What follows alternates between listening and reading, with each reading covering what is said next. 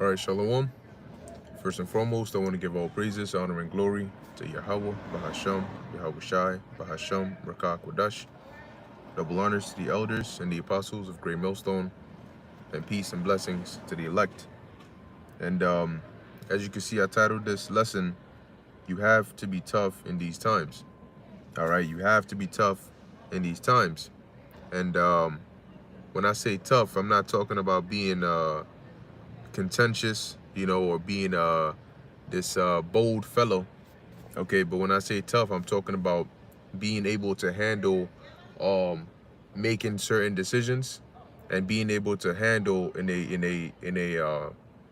a disciplined way certain events that may not always go your way, or situations that may arise that may not be or seem beneficial to your current condition.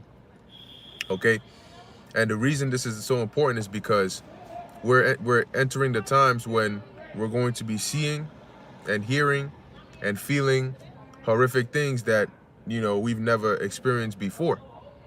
And so in order to be able to endure, of course, first by the spirit and power of Yahweh Ba'Shem Yahweh Shai, you need to be able to have a tough mind. All right, you need to be able to stomach the things that are going to be taking place. You need to be able to hold yourself. So if you got to go a day or two, without having food in your stomach, you need to be able to do all those things. Okay, because it's going to require having that tough state of mind, to be able to survive these hard times.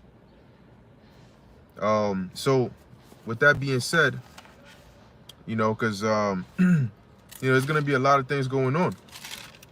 You need to be able to stand firm and make certain decisions, okay, that are necessary. This is the book of Jeremiah, chapter 12, and I'm going to start at verse 5. Now it says here, if thou hast run with the footmen, and they have wearied thee, then how canst thou contend with horses?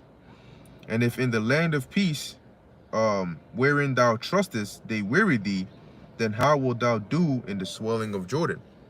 And pretty much the footmen are the soldiers that move on foot, and then you have the horses, which are obviously, you have certain soldiers that ride on horses. Now we know that horses are much faster than the humans. Okay, so basically, as it's saying, if you ran with the footmen and they've wearied thee, they've made you tired. All right, you're already at your breaking point with the footmen. How will you contend with horses? And if the land of peace wherein you trust has wearied you, how are you going to survive in the swelling of Jordan? So in this time that we're in, if the conditions that are going on right now, which are nothing compared to what's going to be happening, if these things are already too much for you, how are you going to be able to make it through when things actually pick up? Not, of course, we all we all have different backgrounds. Some brothers and sisters might have had more rougher backgrounds than others. Some might be more exposed to a different way of living than others, but nevertheless, all of us are going to be put in trying times, and all of us are going to have to make hard decisions at one point or another. But they're hard. Some decisions may be difficult, but not impossible, if you follow the blueprints Yahweh Ba'Shem Yahweh Shai has laid out for you. Okay, knowing, all right, well, what to sacrifice. You're gonna have to make sacrifices in order to think of the long-term benefit, the long-term goal. All right, what's the spiritual decision? Because sometimes the spiritual decision, the right decision, in most cases is not always the easiest one to make.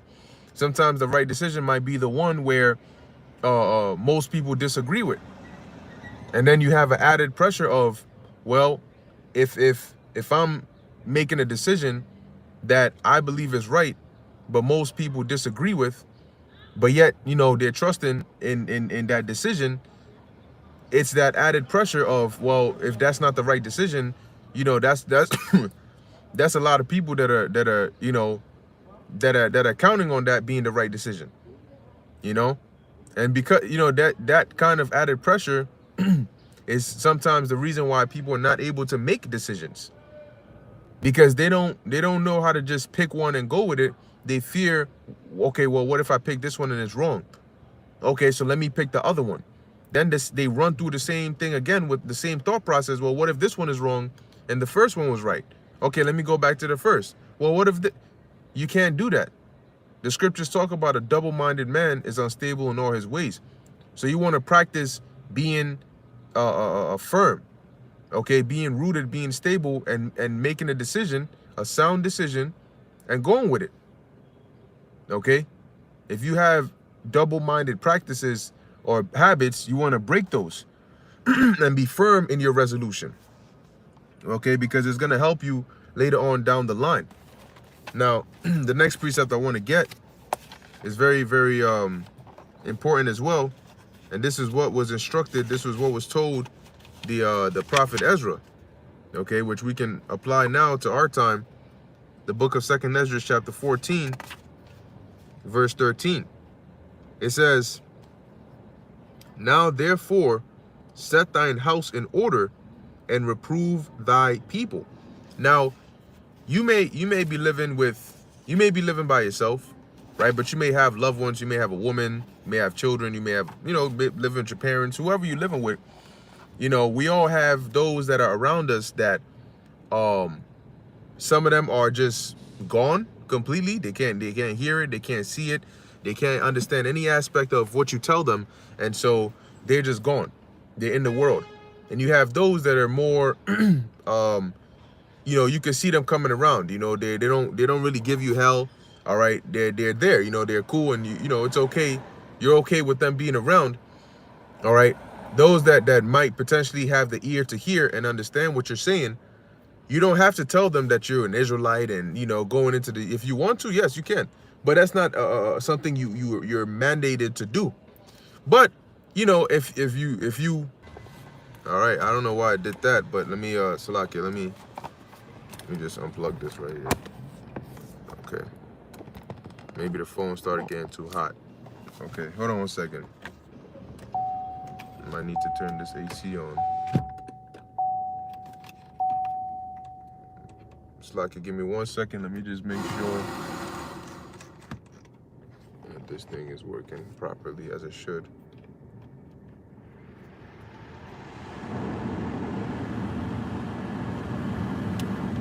Yeah, so you might hear that sound in the background a little bit. I just want to make sure that,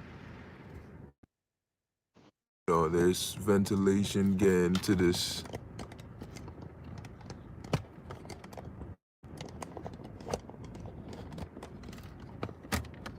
All right.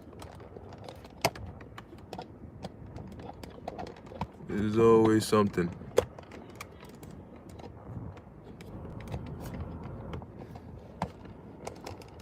All right, let's see, hopefully this stays here. All right, so hopefully, you know, this could cool down the phone a bit so it doesn't just shut off. But if it does, just look out for a part 2, you know, that I'll put out. But anyway, as I was saying, if it doesn't hurt, you know, if you like, of course there are things going on, and if you keep them mindful of the things that are happening and the things that are coming and certain things that they can expect, you know, so that way when the time comes, you know, and you make certain decisions, or you say certain things, or you guys got to be on the move or whatever, they're not too lost, you know, because you've told them that look, they're you know, it's gonna get bad, you know, what you're seeing on the news, the inflation and all that, it is gonna get worse, you know. So you can tell them things that are, you know, good to know, without necessarily telling them that, oh, you're an Israelite, and going all into that, because, you know, there's there's a way to use wisdom and still, you know, deal cordially with everybody. All right, it doesn't mean that you're going off because you're not sitting there and saying, you know, to every single, you know, here it is, you live with the, oh, you an Israelite, and constantly drilling it into their minds. The Lord is going to open that part up to them in due time, okay? But in terms of being aware of the times we're in, you know, that's something that, you know, it's important, okay? So they're not too lost, and they can have it in the back of their mind that, all right, well, in that time, you know, this is just what we're going to have to do. You're going to have to make certain hard, tough decisions, okay? All right, so I hope the sound is coming clear, you know, but let me continue here. 2nd Ezra 14 and 13. Now therefore set thine house in order, and reprove thy people, comfort such of them as be in trouble. Okay, and now renounce corruption, because in that time, you know, even those that are close to us are going to be in heaviness of mind, because they're not going to understand the fullness of what's happening. Yeah, you can tell them and tell them and tell them, but there's a difference between the way we understand it and the way they perceive it, okay? So they're not going to receive it necessarily the way we receive it all the time, but that's why we're here, okay? That's why the Lord set us up. There's certain people the Lord will bring into your life and have you build a certain connection or relationship with, because there could be a chance that the Lord wants them to be around you in the time when all hell breaks loose, so that they're not caught out there, okay? So everything happens for a reason. The Lord has those, whatever pieces are in place right now, they wouldn't be in place if the Lord didn't sanction it. And the only reason they're still in place is because the Lord has sanctioned it.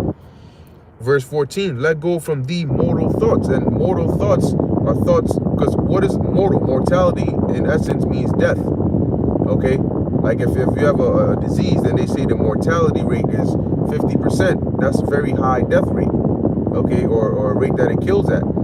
So in these times, you want to let go from the mortal thoughts, all right, which are thoughts of death, carnal thoughts, okay, you know, thoughts that don't lead to life. You gotta keep your mind positive with the spirit, okay? The Lord said what? The words that I speak unto you, they are spirit and they are life. It says, cast away the burdens of man, put off now the weak nature. See, because being weak in these times, you will not be able to survive. You need to have a strong, you need to be tough in the spirit. And ultimately, you know, the Lord is going to put that upon us, but it's still it's still going to be necessary. Because not everybody you come across in that time that looks like they need help can get help, you know? Not everybody that you see suffering can you just offer a helping hand. Sometimes you have to make the decision and say, no, we got to keep going. You may have a car, you may be driving somewhere, you may have your people in the car, and then you may come across somebody that's on this, please, you know, they just shot my father or my man, and it's just me, and they're chasing me, please help. And now you got to make a decision where you look at them, they look desperate, you know, but are you just going to stop and do that? Now, what if you meet 10 others that are in the same position? Because a lot of people are going to be in a vulnerable position. Are you going to stop for every single one? Because you may have the mindset of, nah, we can't help. And somebody in the car may, you know, your woman or your mom or something, or damn, you're just gonna leave them like that. In the movie, here's a good example. In the movie American Blackout, the squeamish, effeminate, whole ass Edomite kid that was with the family. If you watch it, you'll see there was a family that prepped, right? And so when shit hit the fan, they already went to their remote location. They had stocked up on food. They had weapons, lights, electricity, land, all of that. And the father of that family, his daughter had a boyfriend, and he was with them at the time. So the father was saying, look, he gotta go, but if he wants, he could come with us. So when he came with them and they got there was a point where the neighboring people, one of them came there to the fence asking if they had food or water or anything. And the father said, no, we don't, leave. And this dumbass kid gonna come talking about, yes, we do. We have more than enough. We have a lot of food there. Come on, we can spare some. Like, I mean, at that point, that's when you throw this dude out the other side of the fence. Tell him to keep his head. You want to help them, so you go join them. Okay. But what ended up happening as a result of that, of thinking, oh, you know, let's just help everybody. The people ended up coming back and raiding the place.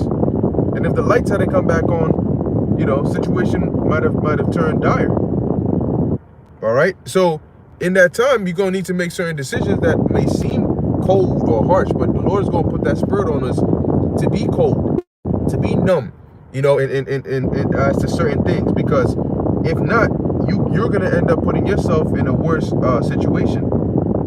Okay. So it says here, verse 15, and set aside the thoughts that are most heavy onto thee. You know, things that you worry about. Hey, even in this time, there's things that, you know, you may be going through right now, whether it's financial, family-wise, whatever it is. But don't worry about it. The scripture, Yahushua said,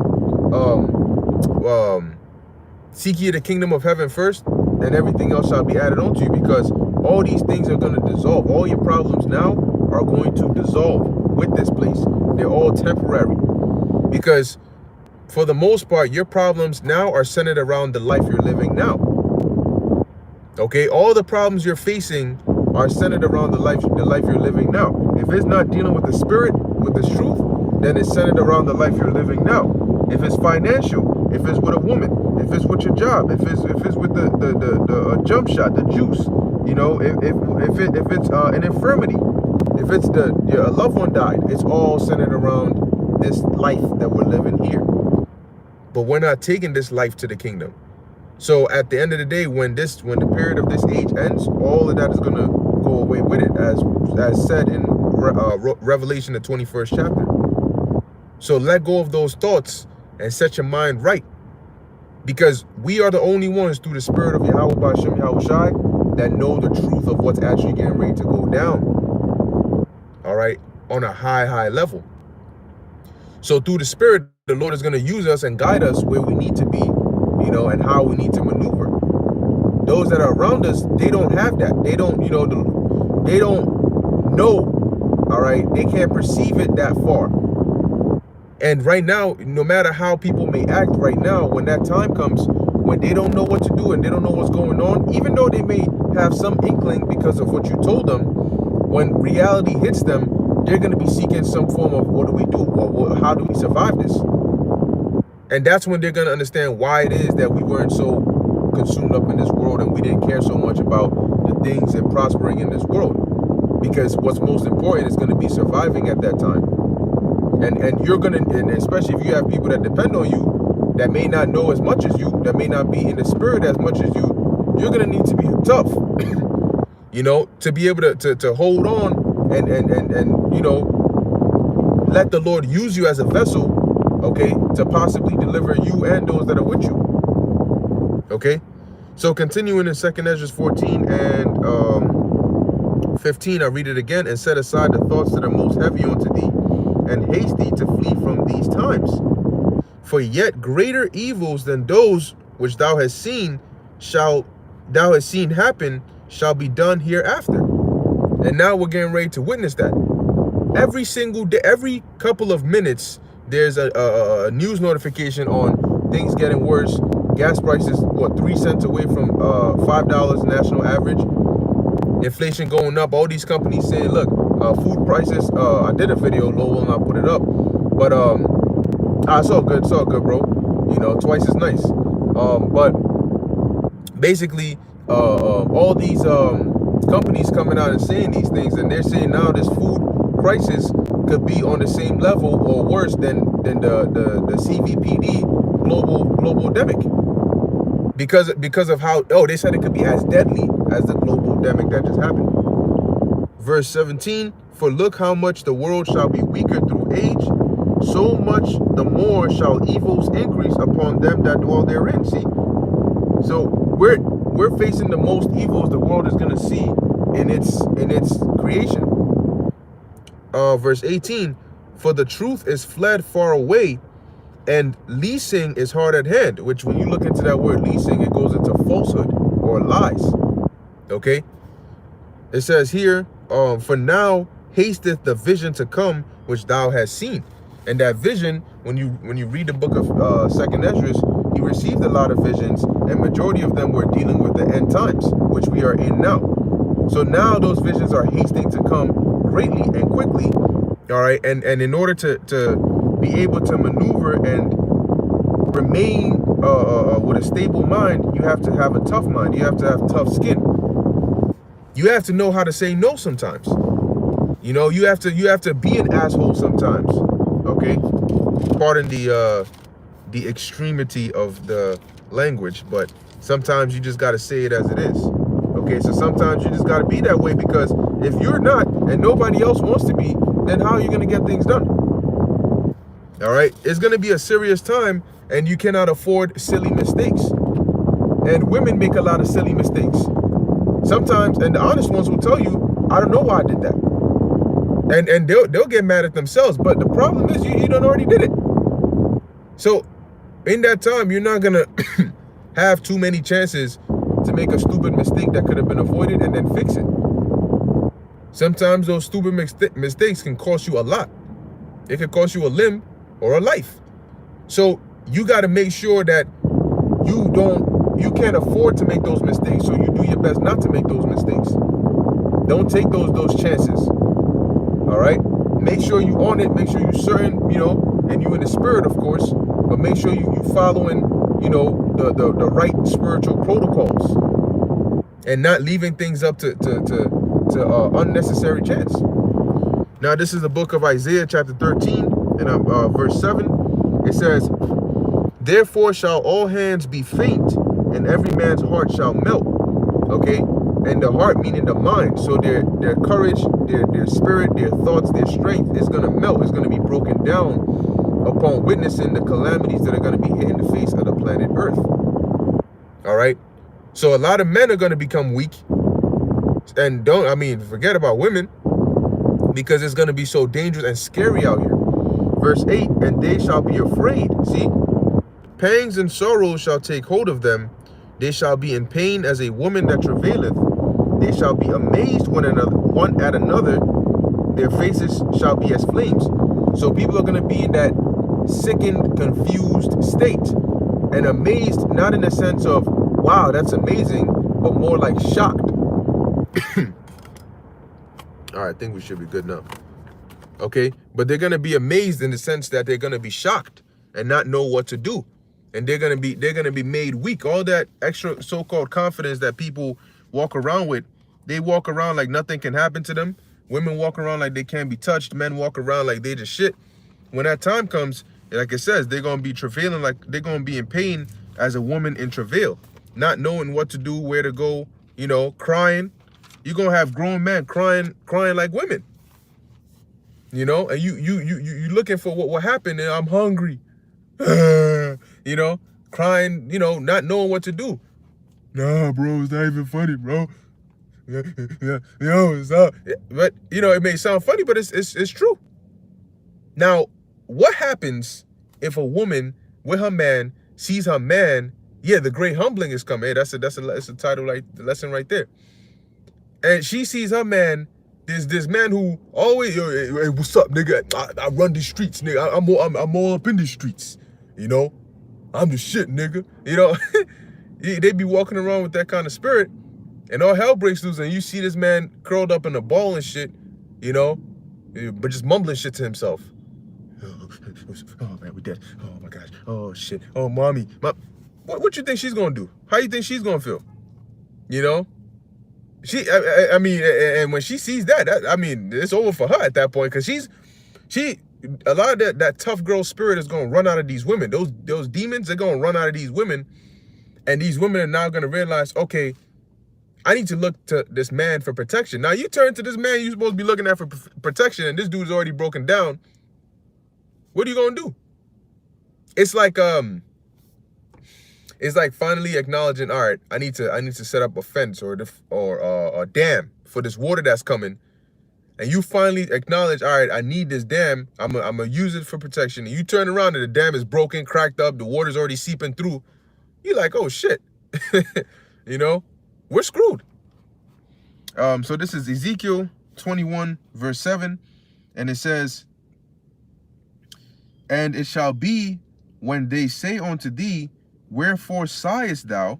Thou shalt answer, for the tidings, which is news, because it cometh, and every heart, meaning every mind, shall melt, and all hands shall be feeble, and every spirit shall faint, and all knees shall be weak as water. Through fear, through desperation, through tribulation, is going to cause this effect to come upon the inhabitants of the world. And only those that have the Spirit of the Lord guiding them and delivering them and providing for them are going to be stable. All right, are going to be able to be in a good position. As the scriptures say, we're going to have abundance. Salakia, that we're going to have abundance while the rest have, we're going to be merry and have abundance while everybody else is having scarcity and is sorrowful. All right, and we believe in that. We trust in that. And we're confident in the Lord. So when the time comes, no matter what we're faced with, we're going to be able to make it through because the Lord got our backs. Okay? But the people out here in this world, and that's why you're going to have Isaiah 4:1, those women are going to be seeking those men that are able to lead them and guide them and provide for them. All right? Yeah. You know, lead them, guide them, and provide for them. All right, and have some sense of direction as to what's going on and what to do, because we're going to be guided by the Spirit of the Lord. That's why a man is going to be more precious than fine gold. Okay, the values that women so-called look for today is going to be completely different. They're going to realize that a man is not there to look cute. Okay, men weren't created to look cute. Oh, I dress fly. I'm cute. You know, I know how to spit game, and you know, I mean, which ain't nothing wrong with knowing how to quote unquote spit game, but women now look at men for the wrong reasons. So when that time comes, and because of that, a lot of men have changed how they're naturally supposed to be so they can cater to what these women are looking for. It's like tailoring your resume to a specific job because of what the job requirements are. Now, this means that when shit hits the fan and men need to be men, women are not going to be able to find these men that need to be men, because a lot of these men have changed their natural manliness to cater to these cute boys that women want, or women say that they want. And even after doing so, they wonder why they can't really keep the woman, because the woman is not designed. She what she says is really going against her nature. And nature is something that is built into you that you cannot escape. So she may say, oh, I want a man that's just, you know, under me all the time and all this cute shit, you know, but her nature, her natural design does not desire that. That's not who she's naturally built to be submissive to. Okay? That cute shit is not going to trigger her submissiveness. And so as a result of that, when shit starts going south and hitting the fan, they're going to be looking for that man as a hedge, as a protection. But this man is not going to be a hedge or protection, because instead of putting off the weak nature, Babylon taught him to put on the weak nature, to become feminine, to be a clown and a jokester, to not be serious, okay, to not be disciplined. And so when that time comes, when that's required, they're not going to be able to do so.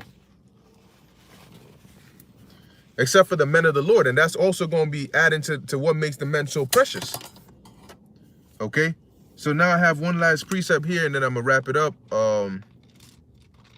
You know, but Lord willing, you know, I'll come back maybe, you know, if the Spirit hits me, I'll come back with something else. But this is the book of 22. All right, this is the book of Nahum, chapter 1, verse, where we at? Come on now. All right, Nahum 1 and 6. It says here, who can stand before his indignation, and who can abide in the fierceness of his anger? His fury is poured out like fire, and the rocks are thrown down by him. And this is going to be why, this is why the Lord said, put away those mortal thoughts, because in order to make it through the times like this, okay, you're going to need a divine confidence. Okay, you're gonna need to move with divine faith. That you cannot just move with a natural, the mind of a natural man. You need to have the mind of a spiritual man to be able to stomach and make decisions and still move and protect and provide and fight and endure the times that we are coming in. Because famine is coming, pestilence is coming, chaos is coming, death is coming, and people are not going to know what to do. That's why it says that all hands are going to be feeble. Okay, all hands are going to be weak, all knees are going to be feeble, and all minds are going to melt. All right, so pray to the Lord to prepare your mind, all right, for this time of Jacob's trouble. Okay, to give you the strength and the strength of mind, the strength of body, the strength of spirit, to be able to make sound decisions, to be able to stick by those decisions, and be able to maneuver through this destruction that's coming, and Lord willing, endure. Okay, and Lord willing, the Lord provide an escape for you and your loved ones. Okay, but the Lord is gonna put us in that position where we need to make certain decisions, and your life or the life of those around you may depend on it, and you can't just break down in fear. Okay, like if you take Moses for an example, Moses had a very, very heavy task. Okay, dealing with a nation like Israel and being the mediator. Now, if Moses got up and said, "I can't do this no more, I'm dying," no, no. He couldn't. All right, because that was the position the Lord put him in, and he just had to deal with it. All right, and just endure it. All right, and the whole nation was depending on, you know, the vessel Moses that the Lord was using. Okay, so the Lord might use you as a vessel, all right, and have others depend on you. Isaiah 4:1. Guess what? Yeah, Isaiah 4:1 says 7 women shall take hold of one man, but guess what? What does that mean? That means they're gonna be depending on that man. That means that man is gonna need to then, if they're under his house, he needs to protect them. He needs to provide. Okay? Or only let us be called by thy name. When you're called by a man's name, you're a part of his house. That means he needs to take care of his house. So that man needs to be stable in the mind and ready to be able to take the necessary actions to do what he has to do. Okay? So, hey, every single day is a day closer to this destruction happening, and we're seeing the collapse. We're seeing the slowdown, and then the regression, and that ultimate collapse. And this summer is looking very interesting. So, hey, stay in the spirit, all right, and definitely pray to the Lord. All right, as well as watch. Yeah, like the brother said, man up. Okay. Anyway, with that, I'm gonna end it here. Lord willing, that was edifying to the elect. In closing, I want to give all praises, honor, and glory to Yahweh, Bahasham, Yahushai, Bahasham, Rakah Kodash. Until next time, Shalom.